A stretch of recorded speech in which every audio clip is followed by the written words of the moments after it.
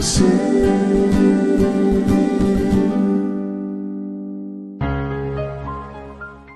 Saudara semua yang beta kasihi di dalam Tuhan Yesus Kristus, dimanapun saudara berada, di belahan benua yang lain yang jauh dari kami, ataupun di pulau-pulau yang lain yang jauh dari kami, bahkan yang ada di sekitar kami di Pulau Ambon yang manis ini.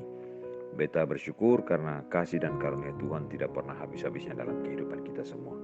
Baiklah kita senantiasa ingat dan berpegang selalu kepada janji pengharapan di dalam Kristus Yesus Tuhan kita, bahwa Dia adalah setia dan Dia tidak pernah meninggalkan kita.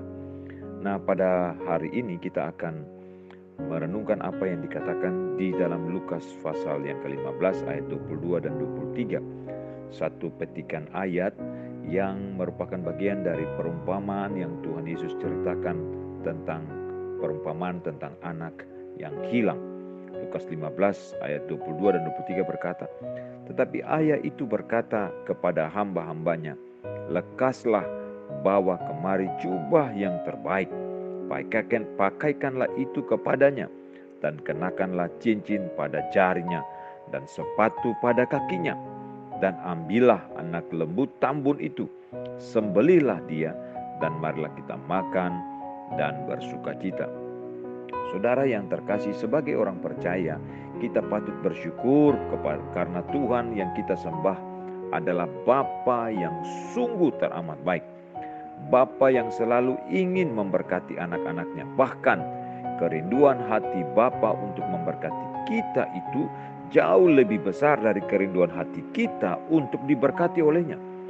Kita dapat melihatnya dari kisah perumpamaan yang Tuhan Yesus sampaikan tentang anak yang hilang di dalam Lukas pasal yang ke-15.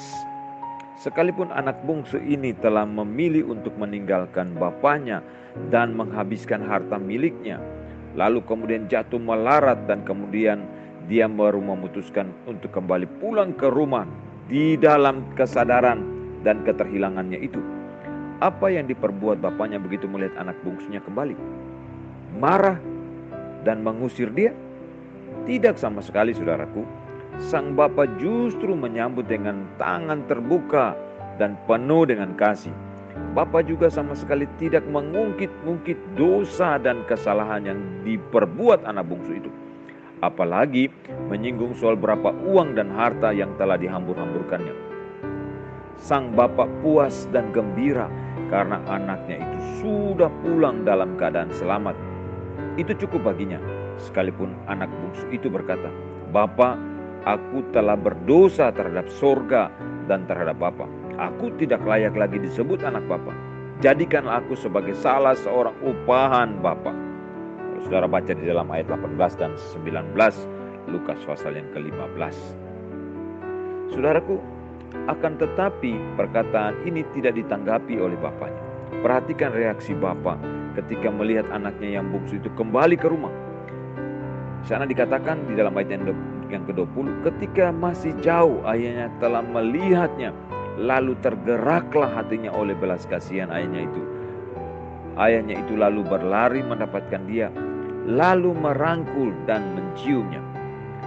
Saudara, apapun keadaan kita, apapun keadaan anak bungsu itu, tetap diterima sebagai anak. Begitu juga Bapa kita di surga. Ia tidak pernah memperhitungkan kesalahan dan dosa kita ketika kita memutuskan untuk bertobat dan kembali kepadanya.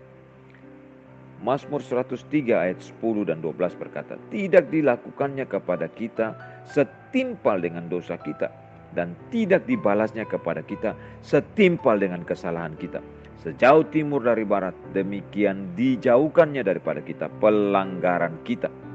Saudara, Bapa kita adalah Bapa yang penuh dengan belas kasihan.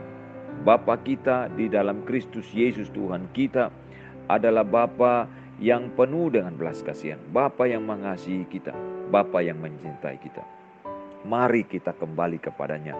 Di dalam keterhilangan kita di tengah-tengah dunia ini, mari kita kembali kepadanya. Mari kita bertobat, tinggalkan dosa dan salah kita. Percaya kepada Kristus sebagai Tuhan dan Juru Selamat kita secara pribadi. Maka Tuhan akan mengampuni semua dosa-dosa kita dan memberikan jaminan keselamatan hidup yang kekal itu kepada kita. Mari saudara, tinggalkan semua kesalahan masa lalu kita, tinggalkan dosa-dosa kita, dan kita kembali ke jalan Tuhan. Percaya kepada Kristus sebagai Tuhan dan Juru Selamat kita. Tuhan tolong kita, Tuhan tolong kita, Tuhan tolong kita. Terpujilah Tuhan dari kekal sampai kekal.